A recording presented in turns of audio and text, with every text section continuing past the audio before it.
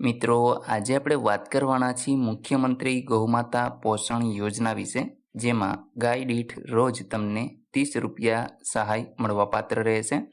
મિત્રો, આમના online form કેવી રીતે ભરવા એના વિશે આજે આપણે આ વિડીયોની અંદર ચર્ચા કરીશું.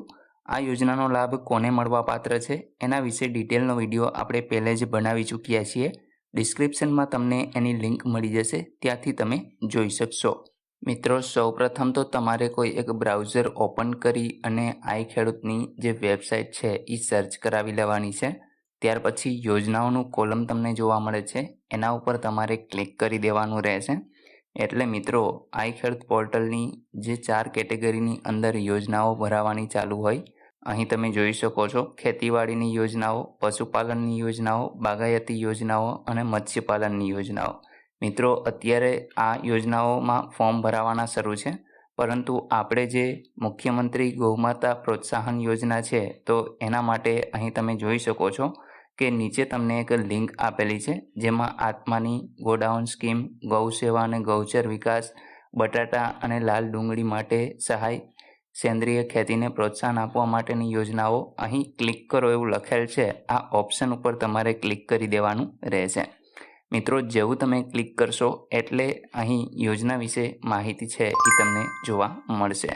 એક નવો જ વિન્ડો છે એ ઓપન થઈ જશે અને અહીં મિત્રો તમે જોઈ શકો છો કે આત્માની જે પ્રાકૃતિક કૃષિ માટેની યોજનાઓ છે એ, ત્યાર પછી આપણે જે વાત કરવાની છે ગૌ સેવા અને ગૌચર બોર્ડની, તો અરજી કરવા અહીં ક્લિક કરો, એ ઓપ્શન ઉપર તમારે ક્લિક કરી દેવાનું રહેશે.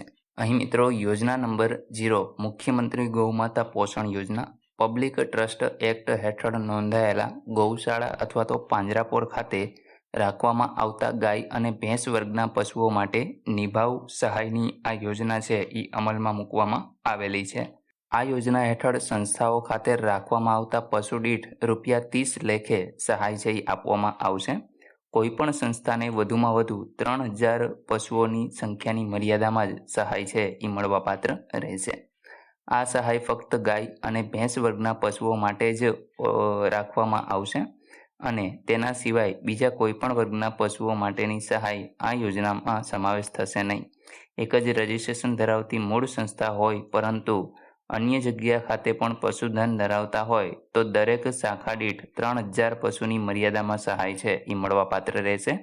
આ શાખા અથવા તો શાખાઓ અંગેના જરૂરી આધાર પુરાવાઓ છે એ તમારે રજૂ કરવાના રહેશે. મિત્રો, ઓનલાઈન ફોર્મ છે 1/2/2024 ને 15/2/2024 સુધી તમે ભરી શકશો. અરજી કરવા માટે અહીંયા તમને ઉપર ઓપ્શન જોવા મળશે, અરજી કરો, તો આ ઓપ્શન ઉપર તમારે ક્લિક કરી દેવાનું રહેશે. એટલે મિત્રો, અરજી ફોર્મ ભરવા વિશેની કેટલીક સૂચનાઓ છે એ તમને જોવા મળશે, જેને તમારે વ્યવસ્થિત વાંચી લેવાની છે. અરજી કરવાના કોલમો તમે અહીંયા જોઈ શકો છો. નવી અરજી કરવા ક્લિક કરો, આ ઓપ્શન ઉપર તમારે ક્લિક કરવાનું છે. અહીં મિત્રો તમે સંસ્થાને પસંદ કરવાની છે, જેમ કે ગૌશાળા છે કે પછી પાંજરાપોળ. ત્યાર પછી જે સંસ્થાનું રજિસ્ટ્રેશન છે એ નોંધણી નંબર તમારે લખવાનો રહેશે. અહીંયા સરનામું લખવાનું છે. ત્યાર પછી અહીંથી તમારે તમારો જિલ્લો છે એ પસંદ કરવાનો છે. જેવો તમે જિલ્લો પસંદ કરશો એટલે એ જ પ્રકારે તમને અહીંયા તાલુકાનું લિસ્ટ છે એ જોવા મળશે. તો આમાંથી મિત્રો તમારે તમારો જે પણ તાલુકો લાગતો હોય એ પસંદ કરવાનો છે. ત્યાર પછી ગામ અથવા તો સિટીમાં રહેતા હોય તો વોર્ડ નંબર, એ રીતે તમારે અહીં સિલેક્ટ કરી લેવાનું રહેશે. ત્યાર પછી મિત્રો અહીંયા ટેલિફોન નંબર છે એ તમારે લખી દેવાનો રહેશે. એ જ રીતે તમારો મોબાઈલ નંબર હોય તો એ પણ તમે લખી શકો છો. ત્યાર પછી મિત્રો આ કામગીરી સાથે સંકળાયેલ જે ટ્રસ્ટી અથવા તો અધિકારી કે કર્મચારીની વિગત આપવાની છે, જેમાં ટ્રસ્ટીનું નામ આવશે, સંસ્થાના ટ્રસ્ટીનો હોદ્દો શું છે, સંસ્થાના ટ્રસ્ટીનો મોબાઈલ નંબર આવશે, ઈમેલ આઈડી અહીંયા લખવાનું છે, ટેલિફોન નંબર હોય તો એ લખવાનો છે. ત્યાર પછી સંસ્થાના અધિકારી અને કર્મચારીનું નામ, ત્યાર પછી એમના પિતાનું અથવા તો કોઈ મહિલા હોય તો એમના પતિનું નામ, અહીંયા અટક લખવાની છે, એમનો હોદ્દો, મોબાઈલ નંબર, ઈમેલ આઈડી, તે જ રીતે ટેલિફોન નંબર, સંસ્થાના અધિકારી કર્મચારીનું નામ. અહીંયા મિત્રો ટોટલ 2-3 વ્યક્તિઓના નામ છે એ તમારે લખવાના થશે. સંસ્થાનો પબ્લિક ટ્રસ્ટ એક્ટ હેઠળ રજિસ્ટ્રેશન નંબર અહીંયા લખી દેવાનો છે અને કઈ તારીખે રજિસ્ટ્રેશન કરાવેલું છે એ તારીખ તમે અહીંથી સિલેક્ટ કરી શકો છો. સંસ્થા ખાતે નિભાવ કરવામાં આવતા પશુઓની વિગત નીચે મુજબ છે. જેમાં મિત્રો અહીંયા ગાય વર્ગ તમારે લખવાના છે, એટલે કે ગાય કેટલી છે પાંજરાપોળ અથવા તો ગૌશાળામાં, તો એનો નંબર લખવાનો છે.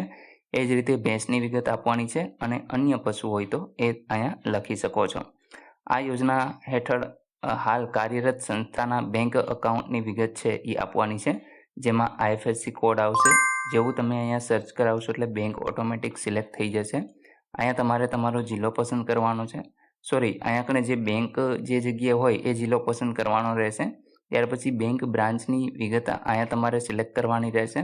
બેંકનો ખાતા નંબર લખવાનો છે અને ખાતેદારનું નામ અહીંયા આગળ લખી દેવાનું રહેશે.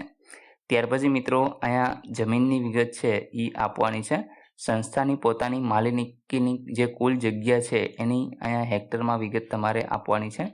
જેમાં કુલ જમીનની જે વિગત છે એ પિયત હેક્ટરમાં કેટલી છે, બિનપિયત હેક્ટરમાં કેટલી છે અને કુલ હેક્ટર કેટલા છે એ વિગત આપવાની થશે. પશુઓના પ્રમાણમાં હેક્ટર જમીનનો વિસ્તાર કેટલો છે એ તમે અહીંયા દર્શાવશો. સંસ્થા પાસે પશુઓના પ્રમાણમાં પશુઓની સારવાર તેમજ માવજત માટે જરૂરી સાધન અને વ્યવસ્થા છે કે કેમ એ તમે હા અથવા નામાં સિલેક્ટ કરી શકો છો. એ જ રીતે સંસ્થા ખાતે પશુ નિભાવ માટે જરૂરી પાણીના હવાડાની વ્યવસ્થા અને પશુઓની સંખ્યા પ્રમાણમાં પશુઓ વચ્ચે વ્યાજબી અંતર રાખવામાં આવે છે કે કેમ એ તમારે હા અથવા નામાં જવાબ આપવાનો છે. સંસ્થા ખાતે આરોગ્યપ્રદ સાફ સફાઈ સુનિશ્ચિત કરવામાં આવે છે કે કેમ એ તમે હા અથવા નામાં જવાબ આપજો. ત્યાર પછી અરજી સેવ કરોના ઓપ્શન ઉપર તમારે ક્લિક કરી દેવાનું રહેશે. એટલે મિત્રો તમને એક અરજી નંબર છે એ આપવામાં આવશે, જેને તમારે સાચવીને રાખવાનો છે.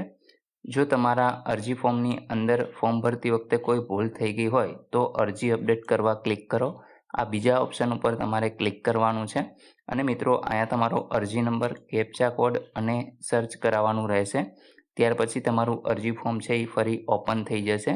જે પણ ભૂલ હોય સુધારો કરી અને તમે સબમિટ કરી દેજો. ત્યાર પછી કન્ફર્મ કરવા માટે અહીંયા સેમ પ્રોસેસ રહેશે. તમારો અરજી નંબર, કેપ્ચા કોડ અને તમારે અરજીને કન્ફર્મ છે એ કરી દેવાની રહેશે.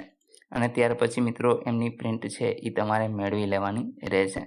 જ્યારે તમારી અરજી મંજૂર થઈ જશે ત્યારે મિત્રો તમને કોલ અથવા તો SMS દ્વારા જાણ કરવામાં આવશે અને જે તે જરૂરી ડોક્યુમેન્ટ છે એ તમારે પૂરા પાડવાના રહેશે. તો મિત્રો આશા રાખું છું કે ઓનલાઈન અરજી કરવા વિશેની તમામ માહિતી તમને મળી ગઈ છે. તેમ છતાં પણ કોઈ પ્રશ્ન હોય તો કોમેન્ટ દ્વારા પૂછી શકો છો. વિડીયોને લાઇક કરજો, તમારા મિત્રો સુધી શેર કરજો અને ચેનલને સબસ્ક્રાઇબ કરી લેજો, જેથી આવી કોઈ પણ માહિતી આપ સુધી પહોંચતી રહે. વિડીયો જોવા બદલ આપનો ખૂબ ખૂબ આભાર. મળીએ એક નવા વિડીયો સાથે. ત્યાં સુધી જય હિન્દ.